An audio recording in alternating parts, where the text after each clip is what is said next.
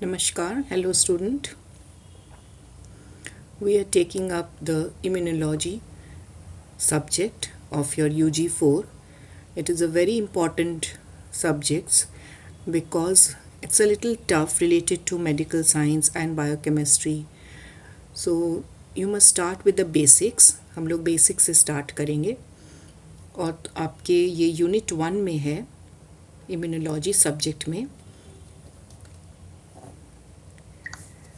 इसका जो बेसिक्स किताब हम लोग यूज़ करते हैं वो क्यूबे है, इम्यूनोलॉजी बाय क्यूबे. वो बहुत बेसिक और बहुत स्टैंडर्ड किताब है. तो most of the diagrams have been taken from there and explanation will be done by me through the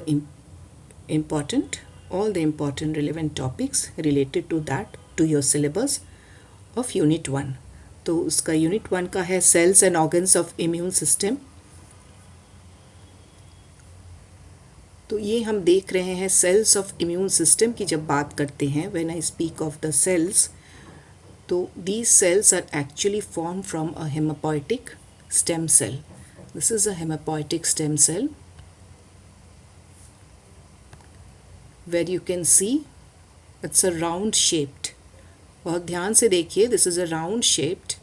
जितने सेल्स हमारे इम्यून सिस्टम में बनेंगे जो फाइट करेंगे एंटीजन से और बाकी जितने भी बाहरी बचाव हमको करना है डिफेंस सिस्टम, तो उसके लिए कैसे सेल्स बनते हैं, तो वो प्रोसेस है हेमेटोपोइसिस जो आप लोगों ने पढ़ चुका है. You have studied in mammalian physiology.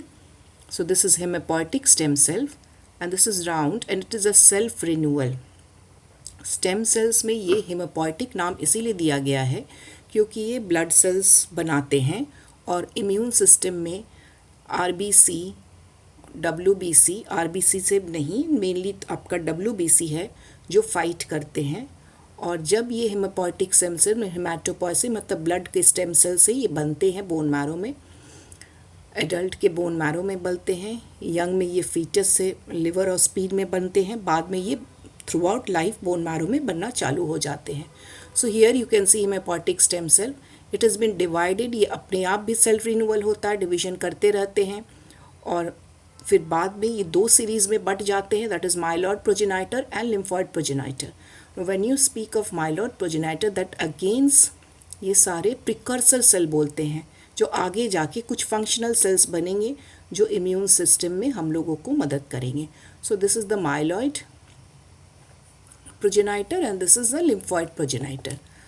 तो माइलॉइड प्रोजेनाइटर में जब हम देखते हैं तो यहाँ पे ये हो गया myeloid progenitor and this is the lymphoid progenitor.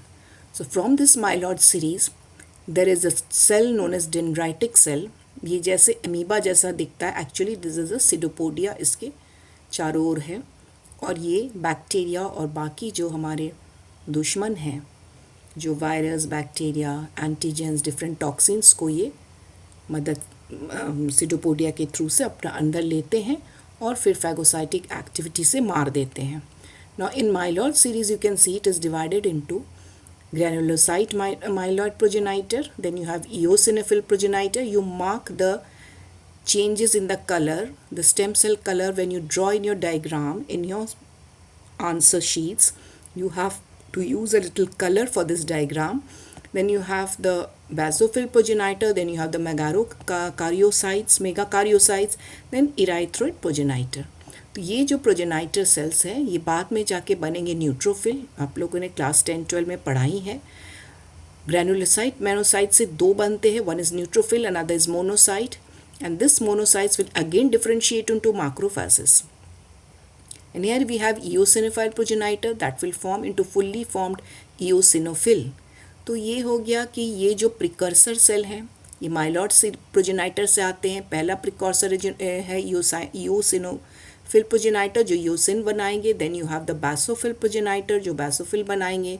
Then you have megakaryocytes जो प्लेटलेट्स बनाएंगे. And this erythroid progenitor will form the erythroids. तो इराइथ्रोड प्रोजेनाइटर में आप सेल्स ध्यान दें कि इसमें सेल्स हैं, बाद में जाके जब ये डिफ्रेंशिएट होकर फुल्ली डेवलप्ड हमारे आरबीसी हो जाते हैं, ब्लड स्ट्रीम्स में जाते हैं, घूमते हैं throughout circulatory system and everything is dependent on the blood. Whatever infection you have, bacteria, virus, antigens, they move through this blood, and these erythrocytes are important part in movement of those antigens will enter your body. Then these don't have nucleus, but they have platelets have nucleus. We have this basophil progenitor. Basophil, they have a multi-lobed nucleus. You can see 3 small lobed nucleus. And eosinophil also has a kidney shaped nucleus. Then here they have granules, the black thing is granules. Neutrophils में 3 से 5 nucleus रहते हैं, मल्टीलोब्ड ये भी है. तो ये neutrophil, eosinophil, basophil, these are the very core group of your defense system. And then when we come to this lymphocyte progenitor, they mainly give to the, तो इसको WBC बोलेंगे. और यहाँ पे लिम्फोसाइट एंड WBC फाइट करते हैं body के against, antigen के अगेंस्ट में, जो आप लोगों को प्रोटेक्ट करते हैं. Here we can see T cell progenitor and B cell. T cell progenitor will give rise to TH helper cell, and B cell progenitor will give rise to B cell.